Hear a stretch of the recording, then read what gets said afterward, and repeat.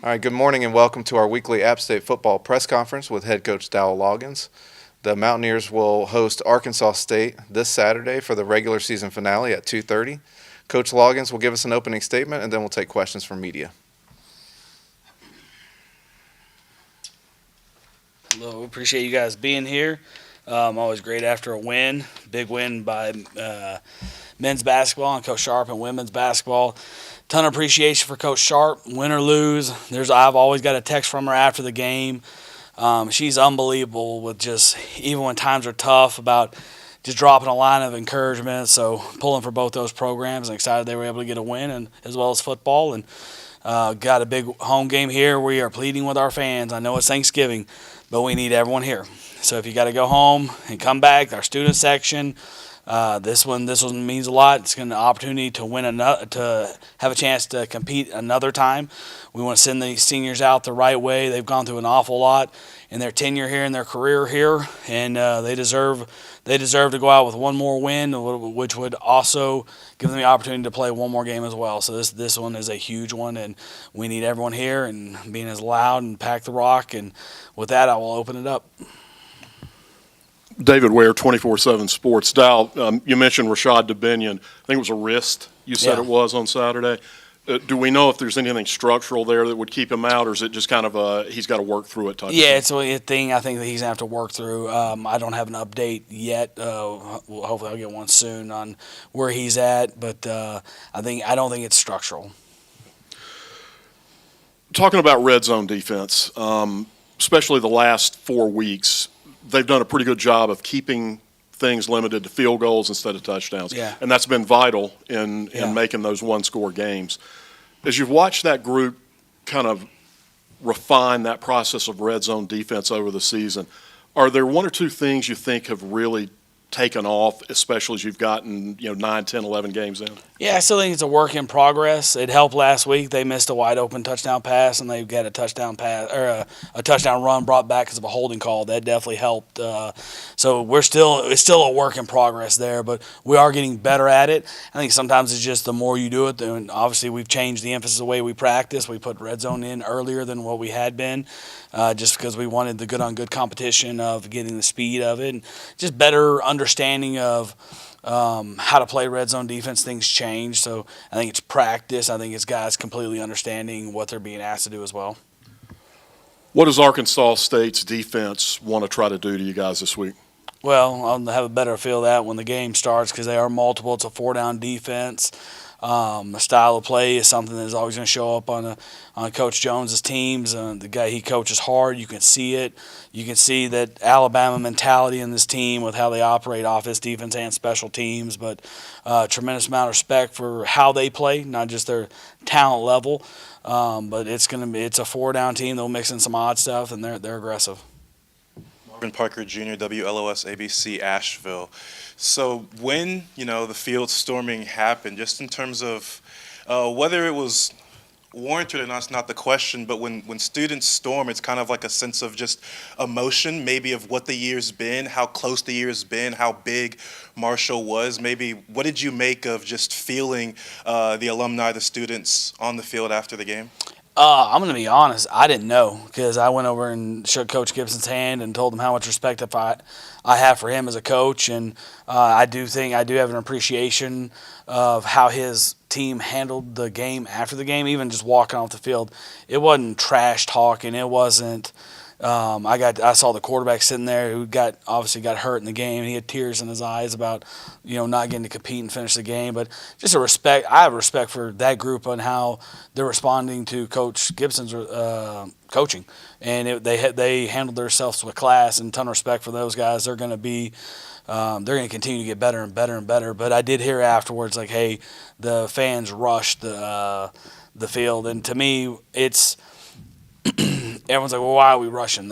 Some of our coaches asked me, like, why do we rush the field? Because that was a big freaking win. Like, we needed that win. Like, these kids needed that win. It's passion. It's excitement. Like, you don't want to downplay any game. Every game should be a championship atmosphere, and I love the fact that our fans are that passionate where it meant that much. That is a long-standing rivalry, and it goes back a long, long time. So I appreciate our fans and our students' passion to win and excitement to win because we were excited, and our kids fought really, really hard to earn that win.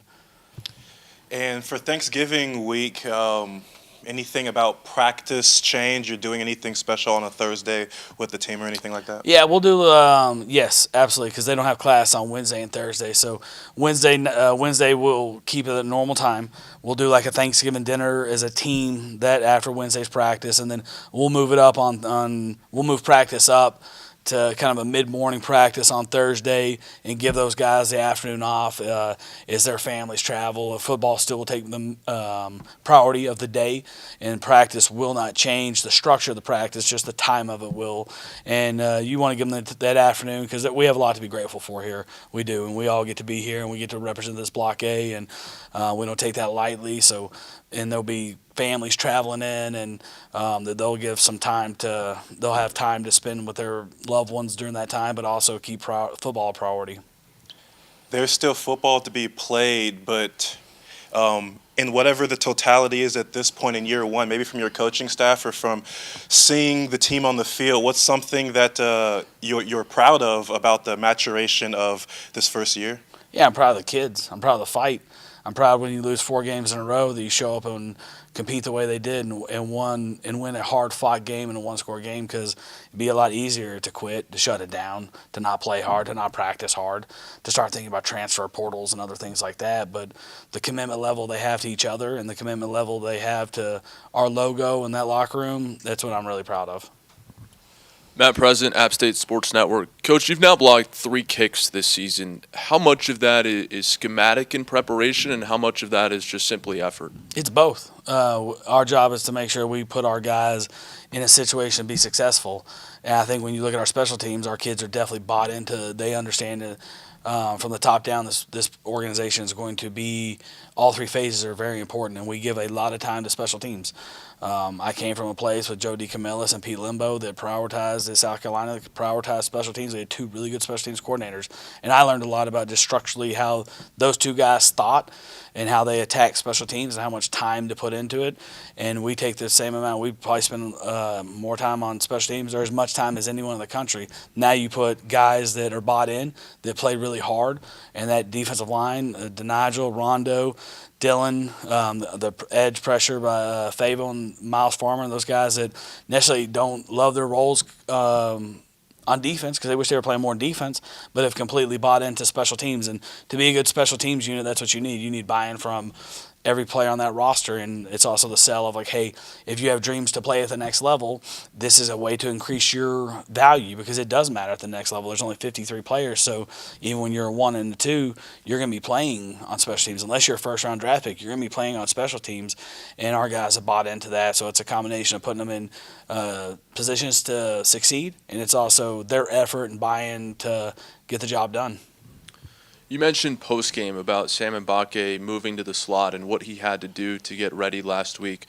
What goes into that? What are the differences between playing outside and playing in the slot? Yeah, that's a good question because it's a lot. I mean, he's been playing X, and he's still playing X because he still was the starter in 12 personnel as the X. But then now you got to go learn the F position, which is completely different, and he has not done that all year. And so most of the time you would sit there and say, okay, but you as a coach, you got to think about this. How do I get the best 11 guys on the field? And our best 11 was in those moments was Stroman, Davion, and Sam. So Sam he's been around, he's played football, but he hasn't learned F, and he didn't think we weren't cross-training him at F. So for him to do what he did in a week's time, it tells you that he has bought in and conceptual learning early, where he knew what the slot's job was. If we call run play or pass play, he knew what all 5 guys do in the route. A lot of guys just know what they do in their route. Like, I'm the Z, and when they call this, if they call Aggie or all go, like, I know what I have on this. Well, I'm the Z. They don't know what the X, Y, and F do. And for Sam, he's got great conceptual knowledge of the offense because he attacks it. Football is really important to him. He has a great competitive spirit, and for him to be able to do what he did, not just get lined up, and we motion a lot here. There are a lot of formations. Like, you're overwhelmed. I think it helped guys like Xavier Legette get drafted where they got drafted, but we are able to move pieces around. A lot of people don't do that. But for him to do that helped our team win, not only in the passing game and his 7 catches, but the way he competed in the run game, getting to be able to block in space more. Linebackers, the crack toss play that we ran down here on the goal line to set up the touchdown. I think we ran there for like 9 and hit the touchdown run the first half right on the next play. That set it up, and he's blocking bigger guys there, and it's his mindset. So he helped this team win this game. Your team has faced a number of dual-threat quarterbacks this season. What makes Jalen Raynor unique? Yeah, his speed's different. We have faced some dual-threat guys, and it feels like the Sun Belt this year is the bigger guy that breaks tackle, that's a strong runner. This guy's got speed, and so it'll be a little bit different challenge that way than what we've seen with some of these other guys. Great challenge for us. It's an area we have to improve on. We're giving up too many rushing yards. Our yards per play is too high, and we got to do a great job being on the same page with the zone read stuff. If it's dive calls, if we want the quarterback to pull it, do we want him to hand it? Are we on the same page? Whether if we're asking the quarterback to pull it, are we squeezing the linebacker over the top? Is a safety coming down? Who's setting the edge and all those things? It creates conflict, and it creates pressure on you by creating conflict because you're reading one person, and when you start reading people, it creates conflict on the defense, especially if you're good at it and you have the type of speed he has. I was waiting to ask this on the back end because this is for our sister station in Watch Fox, Columbia, about the Palmetto Bowl. You know, you have a game where South Carolina has 4 wins, Clemson's clinched their bowl eligibility, but maybe just anything about that rivalry playing in Columbia for a game that can't get the Gamecocks into bowling but still a lot to play for. Yeah, ton of respect for that rivalry. It's awesome. Been a part of a couple. I spent most of my time in the NFL, but got to see Texas and Arkansas. But Clemson, South Carolina is different. It's special, and that game is going to be big. No matter, I don't think South Carolina can get to a bowl game, and Clemson's uber competitive. There's so much respect for Dabo Swinney and what he's built there. The program we study and we want to emulate, and for those guys, obviously got a lot of friends that are still at South Carolina. Pull for all those players. I love those players. I miss those players. And in the world we're in, we're not allowed to technically talk to them. But they know we're pulling for them. It'll be a big one for those guys. South Carolina is a really, really special place. I love my 2 years there. Loved. And think about them, watch them, pull for them too much. Love the quarterback. I still think he's the best player in the country. And I'm pulling for the Gamecocks without a doubt. That being said, I have so much respect for Clemson and their staff. They are well coached, and Dabo is the man, but the Gamecocks need to win at home and to get that thing going the right way again and get that thing back on track and get the offseason started. Unfortunately, they won't get to go to a bowl, but what a way to finish the season beating a rivalry and one of the biggest rivalry games in college football. I'll wrap up with just one with senior day here in Boone. Just knowing you have a limited time, first year with a group that's going. What's it been like building relationships with that group? You think back, and I remember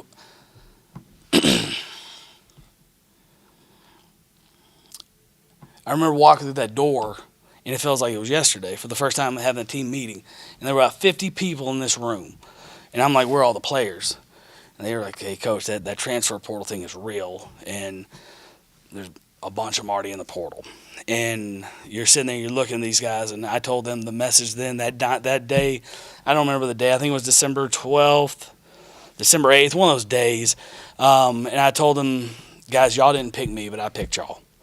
And just the way that they have fought and what they've gone through, so much respect for these young people and what they battled, like the hurricane, the suicide of a teammate, the loss of a coach, a coaching change, and then you lose that coach that recruited a lot of them. And these scars will take them on their journey, you make them strong and make them resilient, and they are, and they fought, and they've lost 4 games in a row to go and win that game last week at home. It happens fast, and I have a ton of appreciation for those guys that stayed with me, and they all could have left, and the way they've led, forever grateful, locked in with those guys forever. I will be there for, just like this coaching staff, for the rest of our lives. We'll be there when they call. We want the best for them, want to send these guys out the right way. But it happens fast, because I remember standing here for the first time ever, and it feels like it was yesterday, and there have been a lot of hours on the couch, sleeping on the couch, getting to know these guys, having them in my house. But Thanksgiving week, it just is a great reminder. You got a lot to be thankful for, and I'm thankful for these seniors. Appreciate you guys.